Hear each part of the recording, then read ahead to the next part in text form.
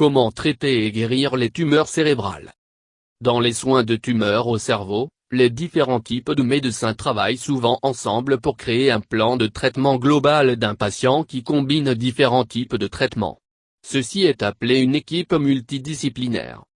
Les équipes de soins de cancer comprennent également une variété d'autres professionnels des soins de santé, y compris les auxiliaires médicaux, les infirmières en oncologie, des travailleurs sociaux, des pharmaciens, des conseillers, des diététistes et autres. Que la tumeur exerce une pression sur les parties vitales du cerveau. Si la tumeur se propageait à d'autres parties du système nerveux central ou du corps. Les effets secondaires possibles. Les préférences du patient et la santé globale. Certains types de tumeurs cérébrales se développent rapidement, d'autres tumeurs se développent lentement. Compte tenu de tous ces facteurs, votre médecin vous parlera de la façon dont le traitement devrait bientôt commencer après le diagnostic. Les options de traitement comprennent ceux qui sont décrits ci-dessous, tels que la chirurgie, la radiothérapie et la chimiothérapie. Votre plan de soins peut également inclure le traitement des symptômes et des effets secondaires, une partie importante de vos soins médicaux. Pour une tumeur au cerveau de bas grade, la chirurgie peut être le seul traitement nécessaire, surtout si la totalité de la tumeur peut être enlevée. S'il y a une tumeur visible restante après la chirurgie, la radiothérapie et la chimiothérapie peut être utilisée. Pour les tumeurs de grade plus élevé, le traitement débute généralement par une intervention chirurgicale, suivie par la radiothérapie et la chimiothérapie. Votre plan de traitement exact sera fait par votre équipe de soins de santé. Traiter avec succès les tumeurs du cerveau peut être difficile. Hémato-encéphalique. La barrière du corps protège normalement le cerveau et la moelle épinière des produits chimiques nocifs qui entrent dans ces structures par la circulation sanguine. Cependant, cette barrière empêche également de nombreux types de chimiothérapie. La chirurgie peut être difficile si la tumeur est à proximité d'une partie délicate du cerveau ou de la moelle épinière. Même lorsque le chirurgien peut enlever complètement la tumeur d'origine, il peut y avoir des parties de la tumeur restantes qui sont trop petites pour être vues ou retirées pendant l'intervention chirurgicale. Et, la radiothérapie peut endommager les tissus sains.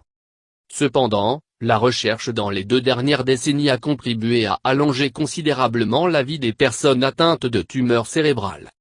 Prenez le temps d'en apprendre davantage sur l'ensemble de vos options de traitement et être sûr de poser des questions sur des choses qui ne sont pas claires.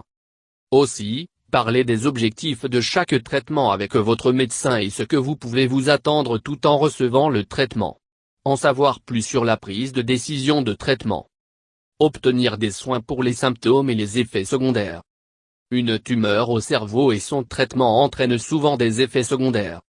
En plus du traitement pour ralentir, arrêter ou d'éliminer la tumeur, une partie importante des soins soulage les symptômes d'une personne et les effets secondaires.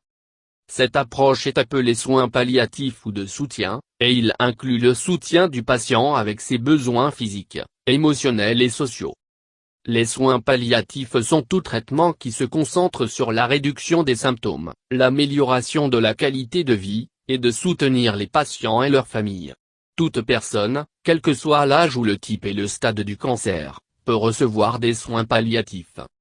Ils fonctionnent mieux lorsque les soins palliatifs a commencé aussitôt que nécessaire dans le processus de traitement.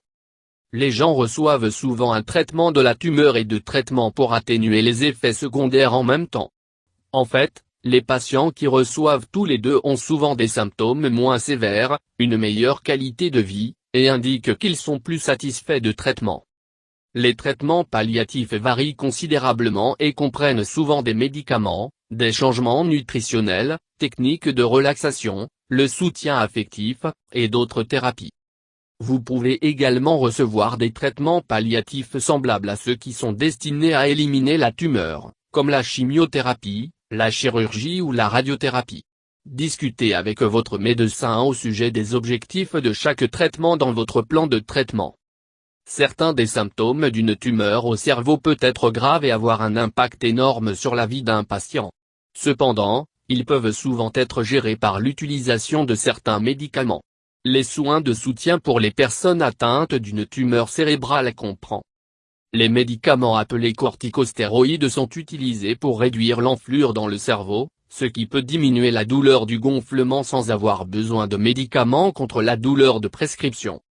Médicaments anticonvulsivants pour aider à maîtriser les crises.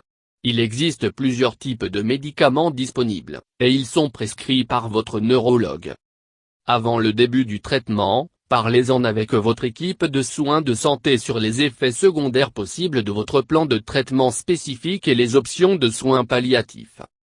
Et pendant et après le traitement, assurez-vous de dire à votre médecin ou un autre membre de l'équipe de soins de santé si vous rencontrez un problème de sorte qu'il peut être résolu le plus rapidement possible.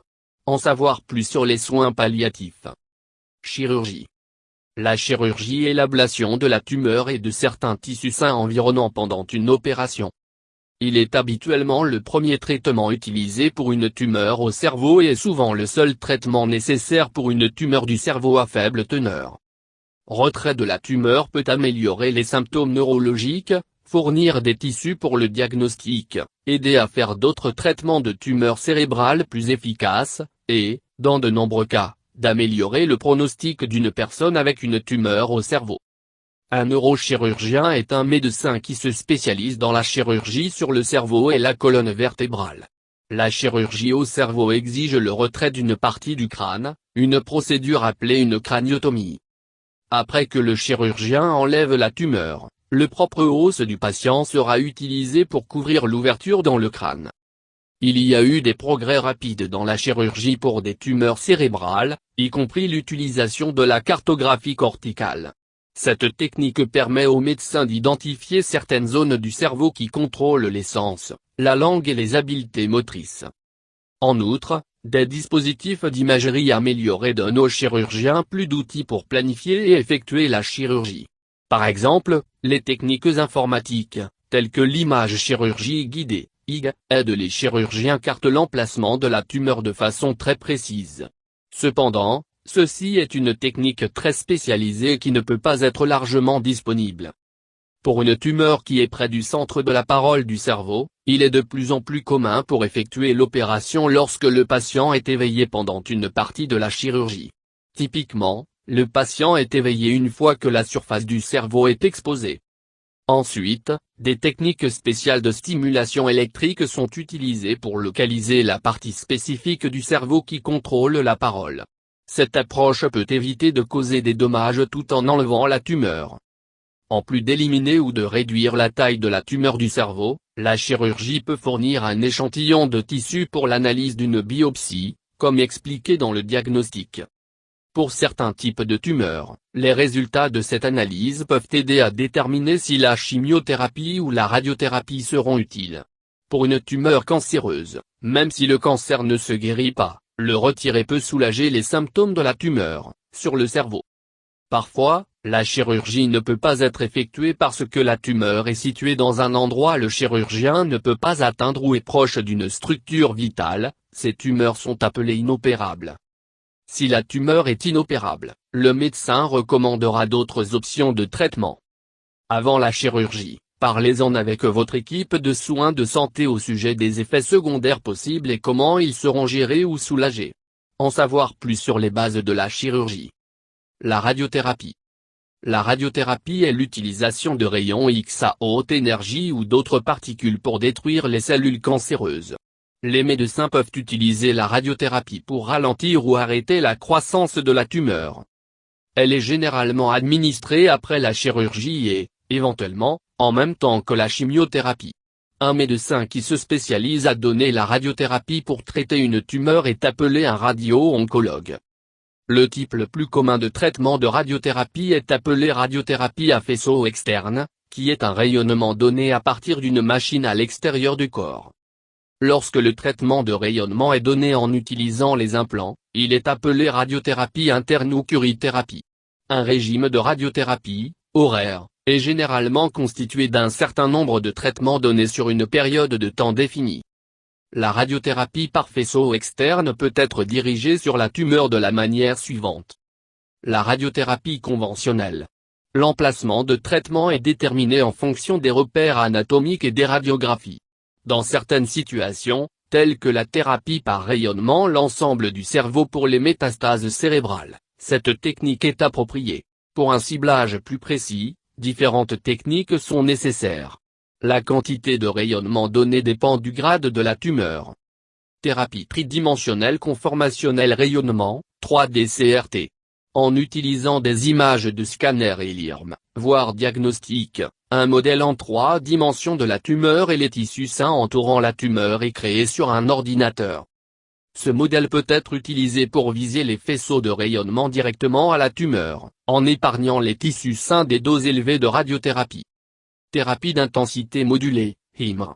IMR est un type de 3D CRT, voire ci-dessus, qui peuvent plus directement cibler une tumeur, délivrant des doses plus élevées de rayonnement à la tumeur tout en donnant moins aux tissus sains environnants.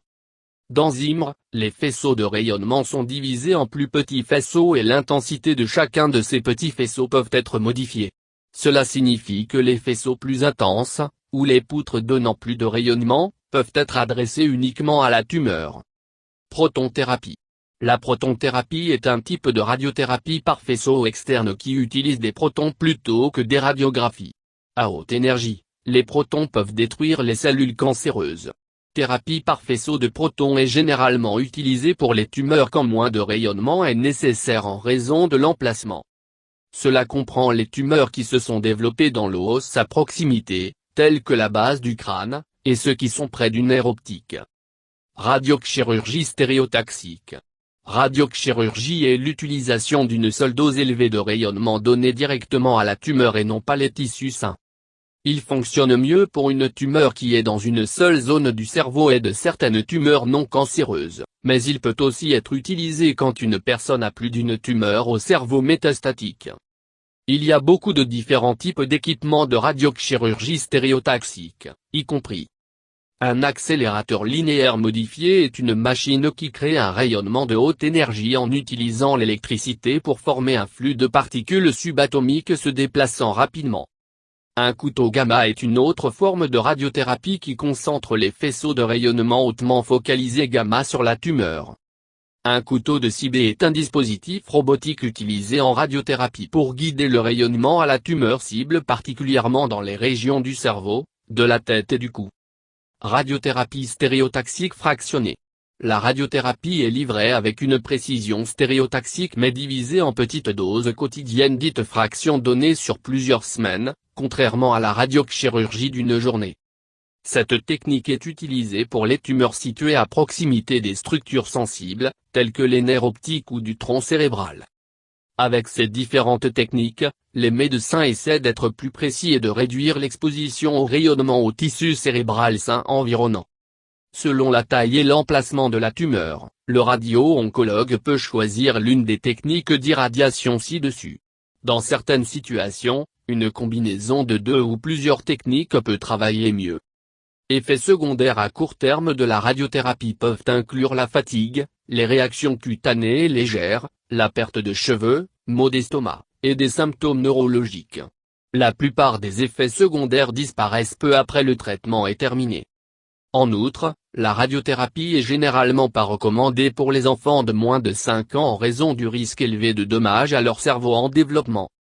Plus longs effets secondaires à long terme de rayonnement dépendent de la quantité de tissus sains ont reçu un traitement de radiothérapie et comprennent la mémoire et des problèmes hormonaux et cognitifs, processus de pensée, les changements, tels que la difficulté à comprendre et à accomplir des tâches complexes. En savoir plus sur les bases de la radiothérapie sur ce site, ou voir l'American Society for Therapeutic Radiology et la brochure de l'oncologie, la radiothérapie pour les tumeurs cérébrales. Chimiothérapie. La chimiothérapie est l'utilisation de médicaments pour détruire les cellules cancéreuses, habituellement en arrêtant la capacité des cellules cancéreuses à se développer et se diviser. Le but de la chimiothérapie peut être de détruire les cellules cancéreuses restantes après la chirurgie, ralentir la croissance d'une tumeur, ou réduire les symptômes.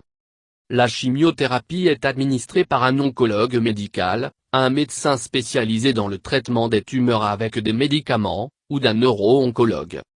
La chimiothérapie systémique pénètre dans la circulation sanguine pour atteindre les cellules cancéreuses dans le corps. Des moyens communs pour donner la chimiothérapie comprennent une pilule ou une capsule qui est avalée, par voie orale, ou par voie intraveineuse, IV, l'injection placée dans une veine à l'aide d'une aiguille, à travers un cathéter ou d'un port, qui sont utilisés pour faire des injections plus faciles. Comme expliqué précédemment, la chimiothérapie pour traiter une tumeur du cerveau est typiquement administrée après la chirurgie et, éventuellement, en même temps que la radiothérapie ou après la radiothérapie, en particulier si la tumeur est réapparue après le traitement initial. Un régime de chimiothérapie, horaire, est généralement constitué d'un certain nombre de cycles donnés sur une période de temps définie. Un patient peut recevoir un médicament à un moment ou une combinaison de différents médicaments en même temps.